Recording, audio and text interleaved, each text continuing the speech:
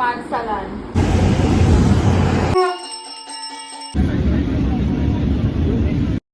Hello friends, তোমরা সবাই কেমন আছো? অদিতি সাজঘরের পক্ষ থেকে নতুন একটা ব্লগে সবাইকে আবার অনেক অনেক ওয়েলকাম। তোমরা বুঝতেই পারছো একটু আধটু যে আমি কি ভিডিও দিতে চলেছি। তো চলো তোমাদের সাথে শেয়ার করি। আমি এখানে হঠাৎ করে ব্যাগ গুছিয়ে নিয়েছি, কারণ আমি বাড়ি যাব দুদিনের জন্য একটা বিশেষ কারণে। তো এখানে আমি একটুখানি সবজি বানিয়েছি আর একটা ডিমের পোচ করেছি আর রুটি খেয়ে নিলাম। তারপর আমি এখানে স্নান করে পুরো রেডি হয়ে গেছি। আর এই দেখো বাড়ির চাবিটা দিয়ে দেবো বাড়ি মালিকের কাছে, কারণ তোমাদের দাদা অফিস থেকে ফিরবে, তো তারপর না হলে বাড়ি ঢুকতে পারবে না। তারপর আমি এখানে এয়ারপোর্টের বাস ধরে নিলাম হোপ ফার্মে এসে। আর আমি যখন একা এয়ারপোর্টে যাই, মানে বাড়ি যাওয়ার সময় যদি কখনো একা যাই, তো আমি বাসটাকেই বেশি সেফ বলে মনে করি। তো আমি এখানে বাসে চেপে গেছি আর 290 টাকা ভাড়া আমাদের এখান থেকে, তো সেটাও দিয়ে দিলাম। তারপর দেখো আমি সিটে বসে গেছি আর প্রায় 1.5-2 ঘন্টা পর এখানে প্রায় এয়ারপোর্টের কাছাকাছি পৌঁছে গেছি। প্রথমে বাসটা একটু ফাঁকা ছিল, তারপর ধীরে ধীরে এয়ারপোর্টে অনেক যাত্রী উঠেছে। এভাবে পৌঁছে গেলাম আমি ইন্টারন্যাশনাল এয়ারপোর্টে, কেম্পেগোদা ইন্টারন্যাশনাল এয়ারপোর্ট, যেটা ব্যাঙ্গালোরের এয়ারপোর্ট। টার্মিনাল 1-এ ছিল ফ্লাইট। এখানে বোর্ডিং পাস নিয়ে নেওয়ার পর আমি এখন চলে যাব উপরে। আমার কাছে যেহেতু বিশেষ কোনো লাগেজ ছিল না, আমি দুদিনের জন্য যাচ্ছিলাম, তো একটা ছোট্ট ব্যাগ ছিল, তো সেই জন্য আমার লাগেজের কোনো ঝামেলা নেই। আমি সোজা চলে গেলাম, এখানে চেক ইন করে আমি ভেতরে চলে এসেছি। আর আজকে দুপুরে বানিয়েছিলাম চিকেন আর রাইস, তো সেটাই আমি একটু নিজের জন্য নিয়ে চলে এসেছিলাম। আসলে আমি দুপুরেই চিকেনটা রান্না করে দিয়েছিলাম, যাতে ও রাত্রেবেলা কোনো অসুবিধা আর না হয়।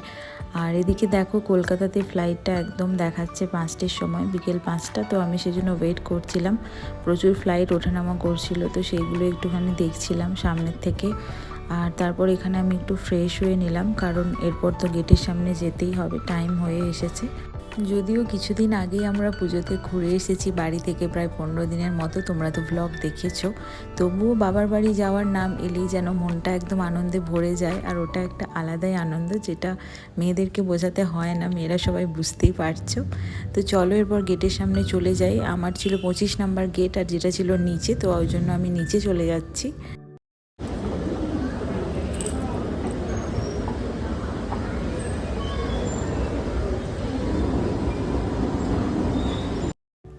তোমরা কি জানো বন্ধুরা, আমি যখন ফার্স্ট ব্যাঙ্গালোরে এসেছিলাম তখন কিন্তু আমি নিজে একাই এসেছিলাম, কারণ তোমাদের দাদা অনেক আগেই চলে এসেছিল কাজের সূত্রে। আর আমার যেহেতু এক্সাম বাকি ছিল মাস্টার্সের, তো আমি এক্সাম দিয়ে তারপর একাই ব্যাঙ্গালোরে এসেছিলাম, তাও আবার ফ্লাইটে। তো সেটা একটা অন্য অভিজ্ঞতা, যেটার ব্লগ আমার চ্যানেলে আছে, তোমরা চাইলে অবশ্যই দেখতে পারো। আর এখানে দেখো আমি চলে এসেছি, আর এখানে বাসে করে যাচ্ছি এখন ফ্লাইটে ওঠার জন্য। তো বেশ মজা লাগছিল, কারণ বাড়ি যাচ্ছি অনেক দিন পর, আবার বাবা মার সাথে দেখা হবে।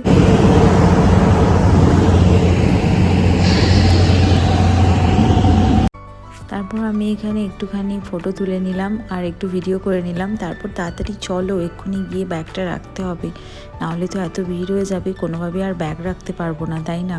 তো জোন 1-এর প্যাসেঞ্জারগুলোকে ফার্স্টে ছেড়েছিল, তো আমি উঠে গেছি ফ্লাইটে। আর কিছুক্ষণ পর তো ফ্লাইট টেক অফ করলো। আর এখানে দেখো কত সুন্দর লাগছে, আকাশটা এত সুন্দর লাগছিল, একটা পড়ন্ত রোদ ছিল, তো সেই জন্য সূর্যের আলোটাও আসছে, খুব সুন্দর লাগছে। আর এখানে প্রায় 7:30 নাগাদ পৌঁছে গেছি কলকাতাতে। দেখো পুরো অন্ধকার হয়ে গেছে, একদম রাত হয়ে গেছে। ভাইরা বাইরে অপেক্ষা করছিল, আমাকে ফোন করেছিল, ওরা আনতে এসেছিল আমাকে, আমার মাসির ছেলে আর আমার ভাই দুজনে, আর সাথে দাদু ভাইও এসেছিল। তো চলো তোমাকে সাথে পরিচয় করিয়ে দিই। তারপর আমার ভাইরা আমার জন্য ওয়েট করছিল, তো আমি এখানে বেরিয়ে চলে আসছিলাম, ওদেরকে ফোন করেছিলাম তাড়াতাড়ি আয়, আমি বেরিয়ে গেছি। তো এরা ওখানে ভিডিও করছিল আর আমিও ভিডিও করতে করতে আসছিলাম। মানে কোনো প্ল্যান ছাড়াই হঠাৎ করে আগের দিন রাত্রে টিকিট কেটে তারপর দিন সকালবেলা ম্যাডামের কাছ থেকে অনেক বকাবকি খেয়ে যা হোক করে লিভটা ম্যানেজ করে, যেহেতু একটা সানডে পড়েছিল তাই রক্ষা, কোনো রকমে পৌঁছে গেছি আমি।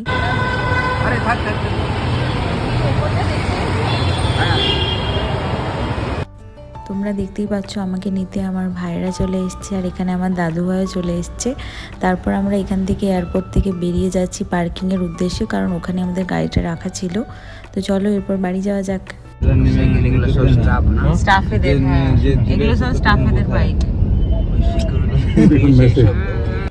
তারপর ফাইনালি চলে এসেছি আমি ভাইয়ের ফ্ল্যাটে। এখানে আমার মাসিও থাকে, তো এই অ্যাপার্টমেন্টেই মাসির ফ্ল্যাট রয়েছে। আর সেখানেই আমার ভাইও নতুন ফ্ল্যাট নিয়েছে, তারই গৃহপ্রবেশের পুজোর জন্য আমি বাড়ি এসেছি হঠাৎ করেই। তো মনে আছে উপরে 3 তলায় রয়ে গেছে, এই 4 তলায়। মা কত বেশি উঠে যাচ্ছে কি? আচ্ছা না, 2 তলায় আছে, 2 তলায় আছে, বন্ধ আছে।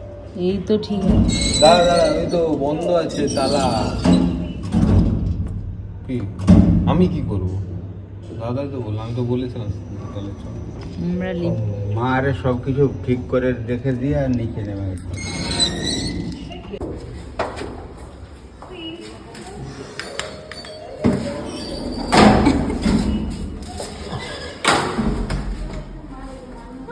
হ্যাঁ আমি ফার্স্টেই চলে এসেছি মনির ফ্ল্যাটে, আর এখানে সবার সাথে একটু দেখা করে নিলাম, হঠাৎ করেই দেখা হলো।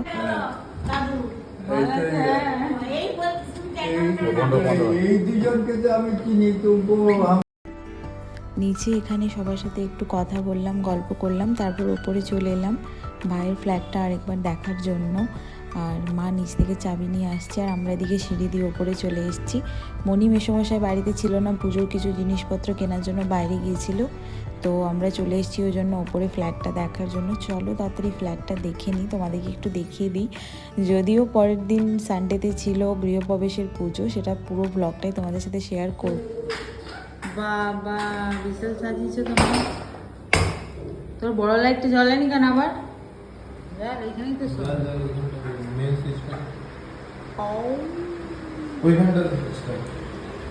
তুমি তো পুরো ঝাঁটিয়ে মুছে একবারে আমরা করি মহাবীর একদম। Wow nice. তোমার সব তো গুছানো হয়ে গেছে তাহলে। এগুলো এনেছো তুমি? এইগুলো এনেছো? ফাইনালি দেখো মা আর ভাই বিকেলে গাড়িতে করে চলে এসেছে আমলাগোড়া থেকে কলকাতা। আর এখানে মা এসে সমস্ত পুজোর জোগাড় প্রায় করেই রেখেছে, সব কিছুই ওখান থেকে নিয়ে এসেছে। আর এখানে সেই আমরা গল্প করতে করতে মনিও চলে এসেছে মার্কেট থেকে, তারপর মনির সাথেও দেখা হলো।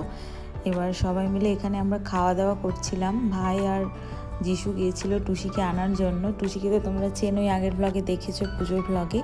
আর এখানে দেখো দাদুরা সবাই এখানে রুটি মিষ্টি সব কিছু দিয়ে খাচ্ছে, আর আমরা ওই দিন খাবো বিরিয়ানি, সেই জন্য ভাইয়ারে আনতে গিয়েছিল, তো তারপর খাবো।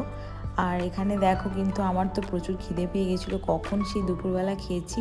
মা এখানে খাইয়ে দিচ্ছিলো একটু, অনেক দিন পর মায়ের হাতে খেলাম, মানে মনটা জাস্ট ভরে গেল। মানে এর থেকে বড় তো আর কিছু হয় না, তাই না? এটা তো একদম স্বর্গ যাকে বলে। তো অনেক দিন পর খুবই ভালো লাগছিল। Special mutton biryani from Aminia, তাই তো? এটা হলো পৃথিবীর মতো গোল ওইটা লিস্টটা। এটা হচ্ছে পুরোটা একা খাবে টুসি।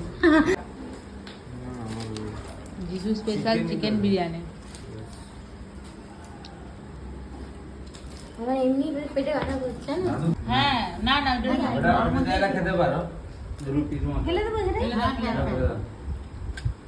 বাবা, এটা আবার কোথায় সিস্টেম রে না? জানি না, সব দেখিয়ে 500 টাকা নিয়ে নিল। হান্ডি বিরিয়ানি। তবে এটা 500 টাকা নেই, 400 কত টাকা নেই, ডবল ডিম আর হচ্ছে স্পেশাল। তুমি লাও না আগে, তুমি লাও, কারণ আমি বেশি খাবো তো। তুমি দেখো কতটুকু নিবে, প্যাকেটে উল্টে নিব। এইভাবে আমরা সবাই মিলে খুব মজা করে আনন্দ করে গল্প করে খাওয়া দাওয়া করলাম। টুসিও যেহেতু কলকাতাতেই থাকে, টুসি তো আমার জেঠুর মেয়ে, তো সেজন্য ওকেও বলেছিলাম আমি চলে এসেছি আগের দিন রাত্রে, তুইও চলে আয়, সবাই মিলে খুব মজা হবে। তো সবাই মিলে একসাথে খুব গল্প করলাম, মজা করলাম অনেক দিন পর, আর বেশ ভালো লাগছিল। ব্লগটা কেমন লাগলো অবশ্যই জানিও। আর পরের দিন ছিল গৃহপ্রবেশের পুজো, অনেকেই এসেছিলো, তোমাদের সাথে সব শেয়ার করবো, শুধুমাত্র সাথে থেকেও ভালো লাগলে লাইক কমেন্ট শেয়ার করো।